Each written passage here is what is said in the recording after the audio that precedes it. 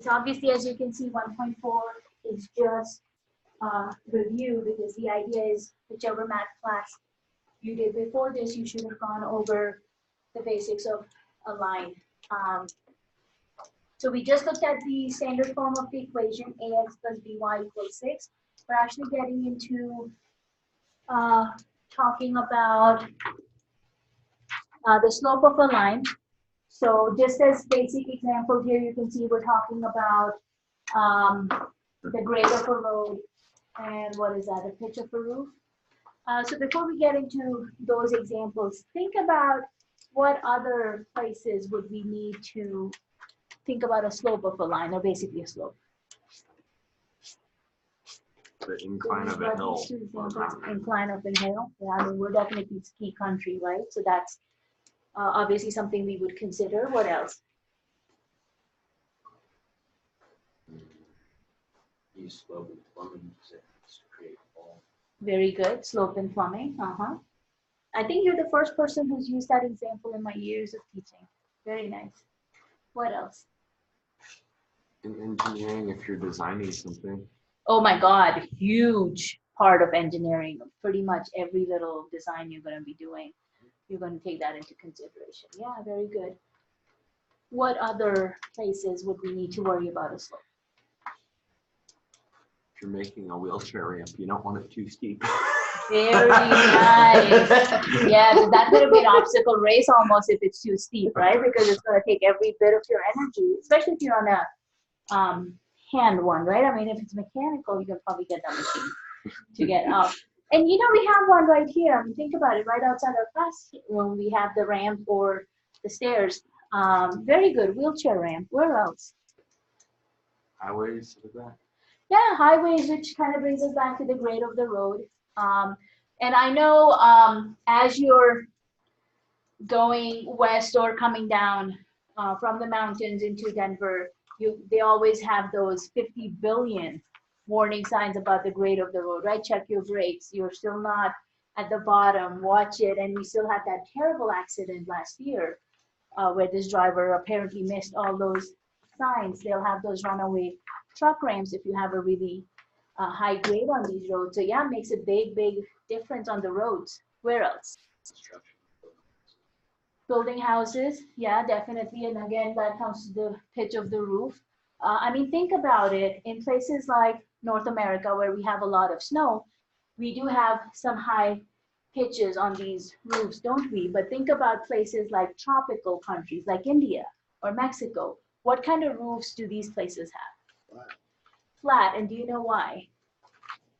No.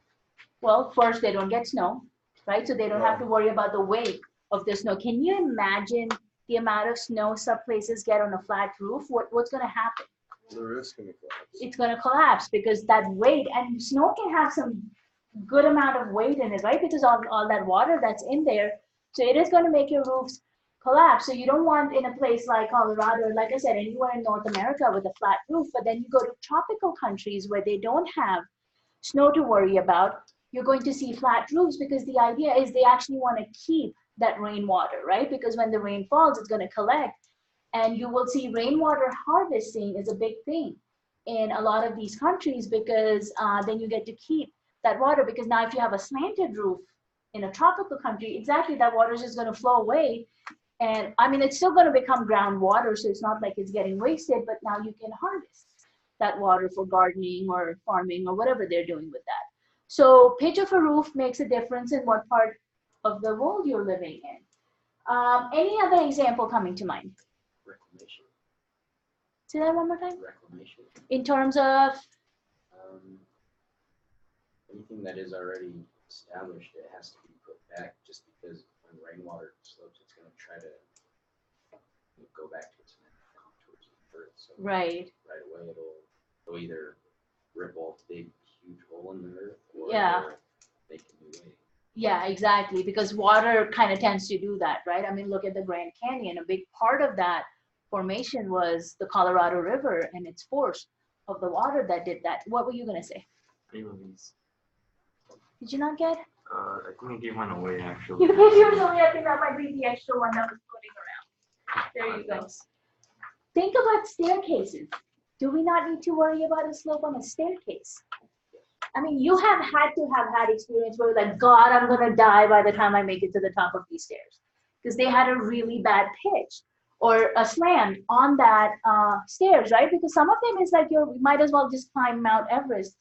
Yeah, there are some really steep stairs. There are some, and especially older buildings were really, really bad because they would have those narrow steps and really steep. It's literally you're climbing a good height in a very short distance, and that's because they were limited. I mean, look at some of the older houses, right? The 100-year-old homes and stuff, they had those narrow staircases and really small steps. And then you can go to a national park, you know, where they're just trying to give you a little bit more footing, and look how longer those steps are, right?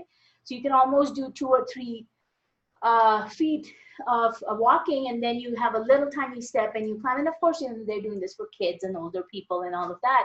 So those steps are not going to be very small or very steep. So staircases is another place where we actually have to worry about that steepness. So when you're talking about the slope of a line, it's not really just talking about the slope of a line. We're talking about where can we use this and what kind of steepness do we want. Now, there is actually a steepest road in the world, and that happens to be in, oh, what is it called? I think it's Baldwin Street. Yeah. And let me show you what it's.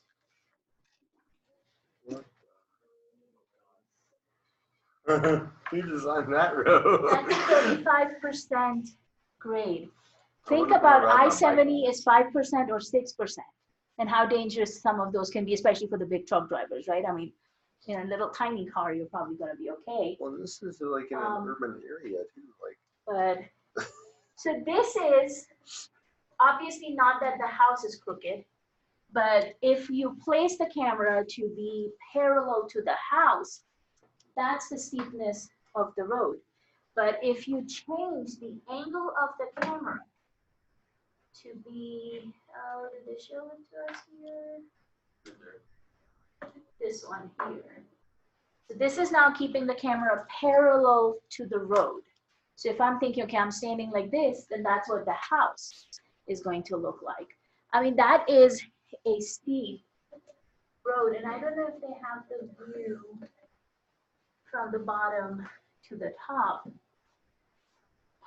God, I hope your brakes don't fail. I hope you don't have to walk up that hill, because it's going to be an exercise, right? I mean, but that's a 35% grade. Think about how steep that is. So this is called the Baldwin Street. The town is, I have no idea how to say that name. Dunedin or Dunedin, I don't know, in New Zealand.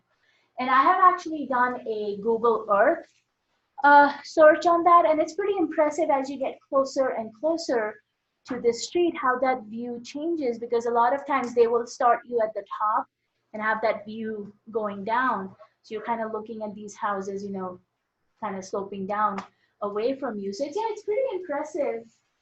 And there's a lot of extra information here in this Wikipedia article if you're interested, but I just kind of wanted to show you what kind of steepness you're looking at. And then, you know, of course, you have to change the architecture of your house to accommodate that slope. I mean, you know, just forget about New Zealand. Even places like San Francisco, they have that gradation on their streets, and, you know, their houses probably kind of give us the same feeling as they do.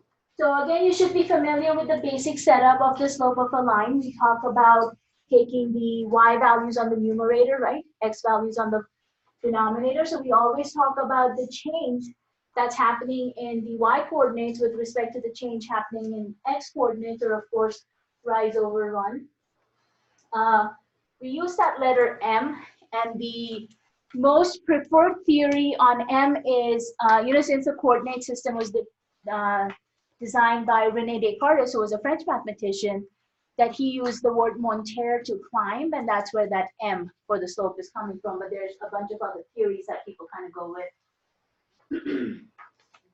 So we've talked about positive slopes. Those are the lines going up as you go from left to right. We've talked about negative slopes. That's the line coming down as you go from left to right. we've got horizontal lines, we've got vertical lines. So especially for those horizontal and vertical lines, for vertical lines, since our x value always stays the same, and x happens to be part of the denominator, you're actually, all vertical lines are going to have undefined slope, because you're always going to end up dividing by 0 when you do those calculations. In contrast to that are horizontal lines where the y values stay the same. So the y values are on the numerator. So that means you're actually going to get 0 on the numerator, but some number on the denominator. So all horizontal lines have 0 slopes. Okay, so vertical lines, undefined slope. Horizontal lines, 0 slopes. And then of course for your oblique lines, you'll have a positive or negative slope. So just as a quick review, let's look at a couple of these examples here. Okay, let's do number 1.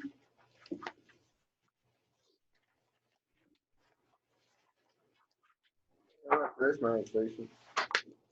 Sorry? Said, hey, look, there's my equation. Oh yeah, there you go. I told you we were going to come across it sometime. Alrighty. The two ordered pairs here are -2, 5, -3. Your slope formula is y2 minus y1. Different variations of this, you can switch the x1 and y1, x2, y2 locations, as long as your y values stay on the top, x on the bottom. Again, I actually like to label my points, so that way I know which one goes where. So if we're doing y2, that's going to be -3 minus y1, which is 5. x2 is -1 minus x1 is -2. So I've got -3 minus 5. Yeah, so that can, Sure. I think. -3 minus 5 will give us what? -8. Now here, we've got 2 negative signs with that second number. So I've got -2, but I also have the minus sign. So what will happen there? 2 negatives will become a positive. So you are actually looking at -1, +2, which gives you, oh, very good. So you will end up with -8 over 1. Anything divided by 1 is a number itself. So you should end up with a slope of -8. So basically the idea is, for every 1 unit you move horizontally, you're actually going down 8 units vertically. If you think about in terms of ratio, so that's going to be your slope for that first example. I'm actually not going to solve these, but I do want to talk about the next 2 examples here. So you should notice that my x values are different, but y values are the same. So anytime y values are the same, it's going to be a horizontal line. So you are actually going to end up getting a 0 slope for this second example. If you notice example 3, y values are different, but my x values are the same. Since my x values fall on the denominator, this is going to have an undefined slope on number 3. So anytime same y values, 0 slope, same x values, undefined slope. Okay?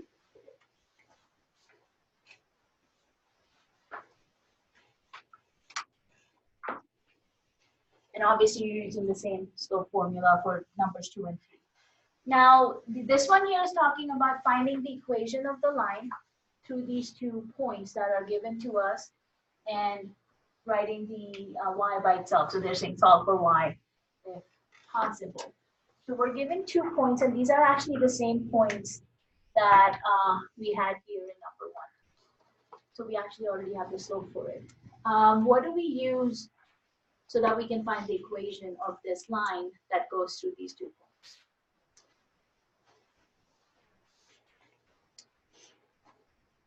I don't know why my image is not showing up there, but are you guys seeing that equation on your window? Okay, good.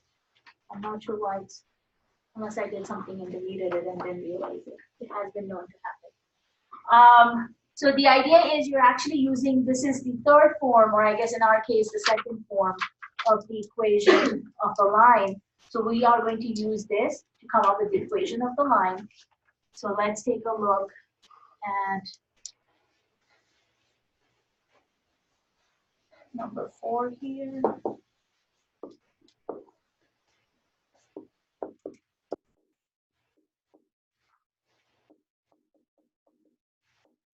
Point slope form is y minus y1 equals m times x minus x1. Okay.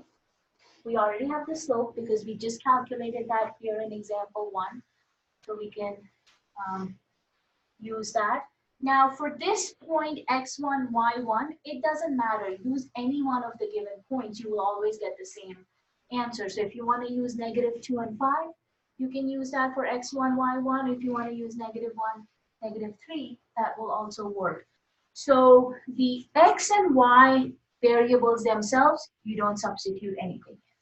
It's going to be x1, y1, and the slope of the line. Those are the 3 values we plug in. So let's go ahead, and I'm actually going to use this guy so I can kind of show you what happens with those negatives. Let's call this one our x1, y1, and then of course, we've got our slope right here. So plugging those in, I will have y minus, remember my y1 is -3. Slope is -8 from that previous example. May I ask why we didn't use -2 as x1? Oh, you can use that. Okay. Yeah, this was just because this guy both had negative signs, so I just wanted to show you what happens with the negatives. But yeah, you can definitely use the first point also. All right, so remember again, x does not change.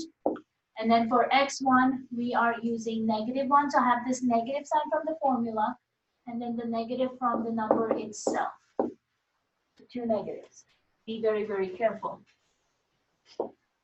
So obviously, any place that gives you 2 negatives, they become positives.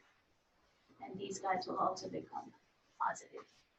So you will end up with, what is that, y plus 3 equals -8. What happens here? X and what? X plus 1. So just have to be a little extra careful with those negative signs when they show up in there. So we're trying to get y by itself. I don't think I'm quite ready to move that 3, so what should we do next? Distribute, which would be the -8, right? So you're going to take that -8, and we're going to distribute that inside the parentheses, so multiply with the x, and multiply with the 1. Keeping the left-hand side as it is for now. This will give us -8x. And what's that, -8?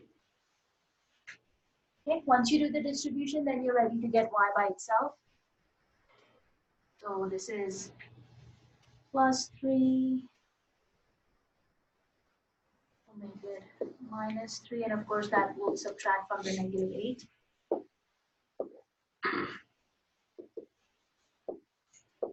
And y equals what? And? X minus 1. Yeah, you still got to have the -8x in there, right? So you've got -8x left behind, and then these guys combine together to become -11. So this is the equation. And this is what we call as the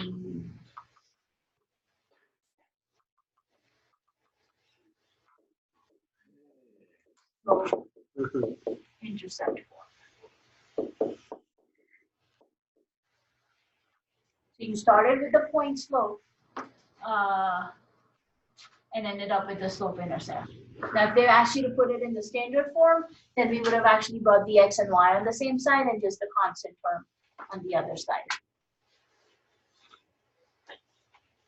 Questions about number 4? Okay, what are we noticing in this ordered pair here for number 5? Y is the same. Y is the same. Yeah, so what kind of slope will we have? Oh, it's one of the two. Zero. Zero slope. slope, because actually it's a horizontal line when Y is the same. So if Y is the same, you have a horizontal line, which means you're going to end up with a 0 slope here. So how do you think that's going to affect when we try to do this calculation using the point slope form?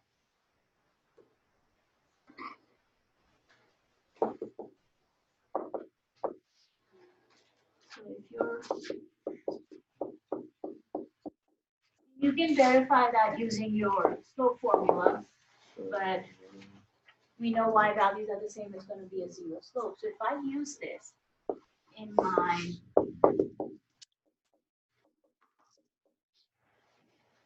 point slope form, how's that going to change the equation for us?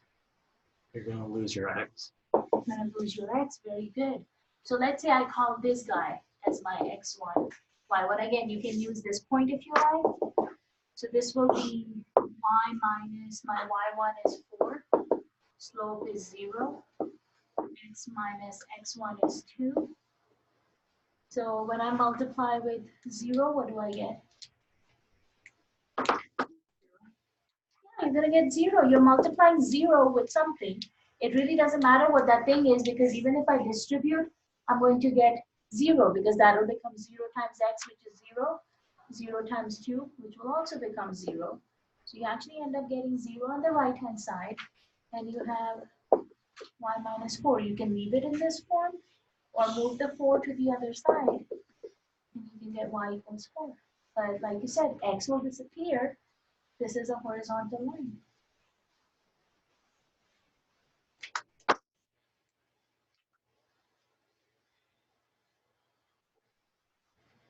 What's happening on number 6?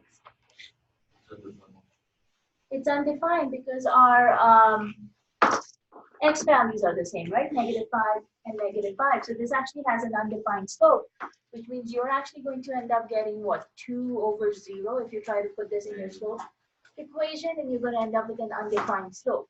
So I want you to take a second and think about number 6. If it's an undefined slope, how are you going to find the equation of this line?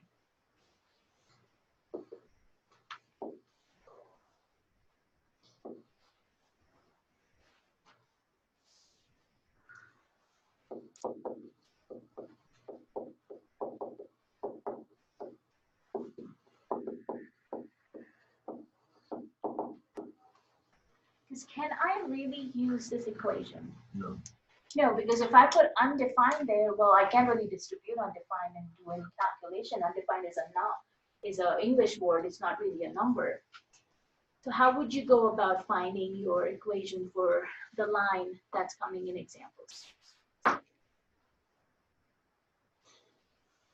Would you leave slope as m? Well, that wouldn't help us either, because then you'll end up with m times x and 4 times -5 times m or something like that. So you won't really be able to solve it. You do it as a 1? No, because then you're saying your slope is Oh, 1 and not undefined, right? Maybe you keep it as a 0. 0 is also a number. So that means you're looking at this line instead of an So you undefined slope. can't solve it. Not in this way. Yeah, you won't be able to use the point slope form. So what else can we do? What do we do what we did for like number 1? Well, that will only give you that your slope is undefined. So you could, yeah, you will use the slope formula, but it only tells you that your slope is undefined. So it still doesn't help you come up with the equation.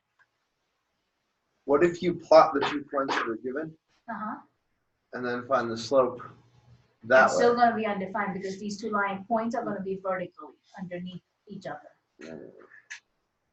Okay, you guys are overthinking this. This is actually a very, very simple answer. Think about this. If horizontal line is y equals 4, and 4 was the ordered pairs for the y values. how can I write the equation for this line in 6? Oh. X equals -5. Yeah, since your x values are the same, we know it's a vertical line. It's just going to be x equals. You can't solve it. Because you can't solve it, right? There's no traditional way of solving this. So you can just fall back and cheat. We know it's a vertical line, so it's going to be x equals something. Well, what is that number? It's whatever is the x coordinate. So like I said, there is no other way we can go about solving this because we need an m if we're going to solve an equation, and we don't have an m because it's undefined in the vertical lines. Okay, so just kind of something to think about. Alrighty.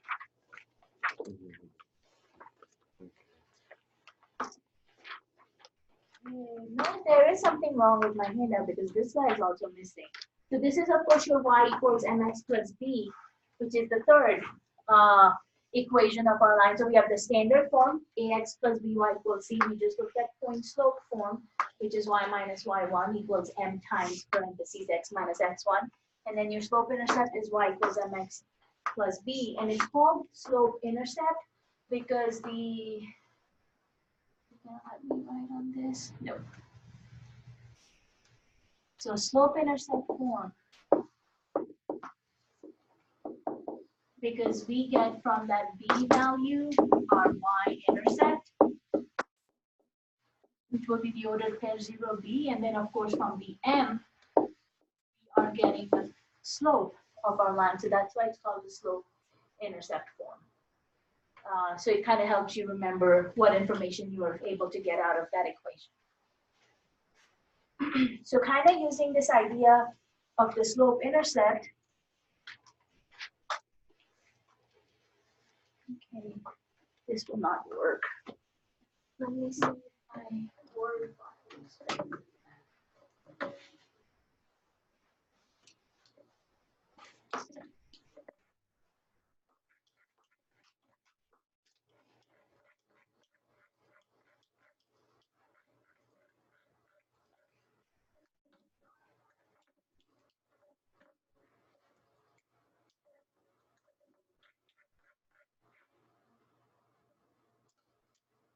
So it is the PDF version we're having trouble.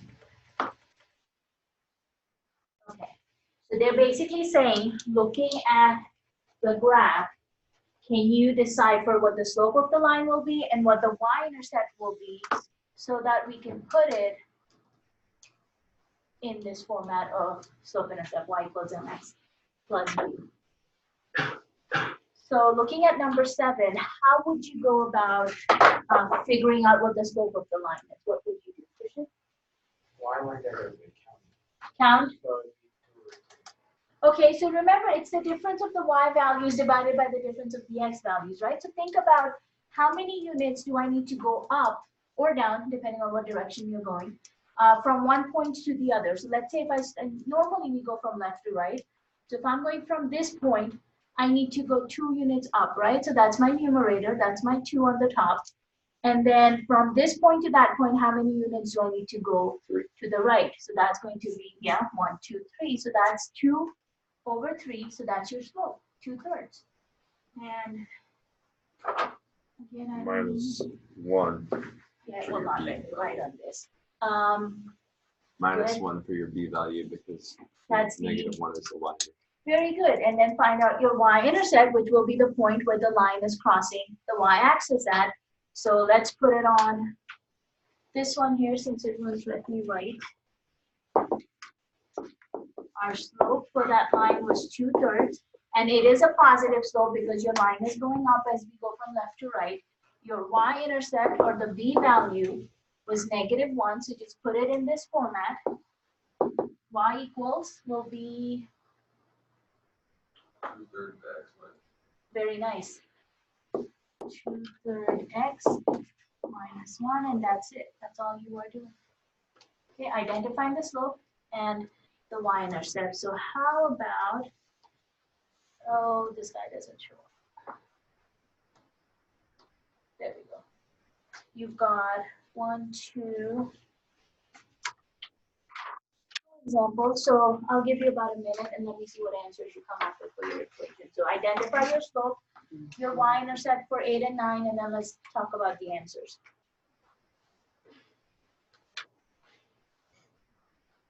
If the line is going up, it's a positive slope. If the line is going down, it's a negative slope.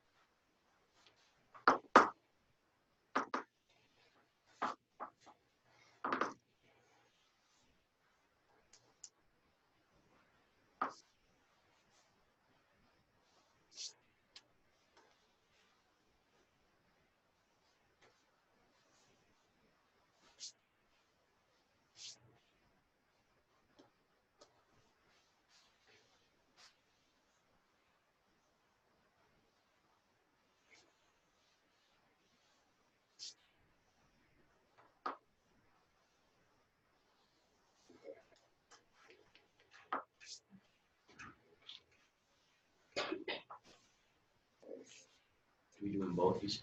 8 and 9 both, yeah.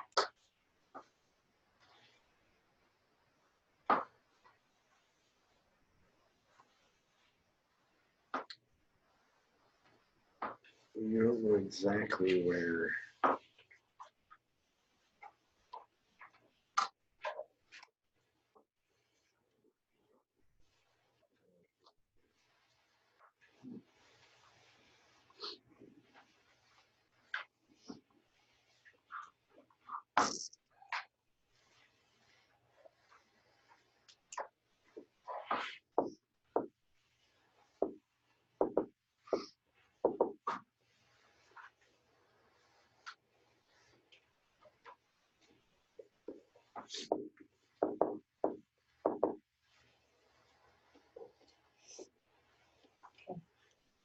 So what are we noticing on number 8? Well, the y-intercept isn't defined like. Not a good point, It's right? not a good point. Yeah, exactly. Do we have a slope for it though? Yeah, -1 1/3. I put Oh, just give me a fraction, not a mixed number. Oh, okay. -4/3. Yeah, very good. And so we had a little trouble with the y-intercept on that one, right? Okay, we'll actually come back to that guy. Number 9. Slope? 1/4 the y-intercept at the origin.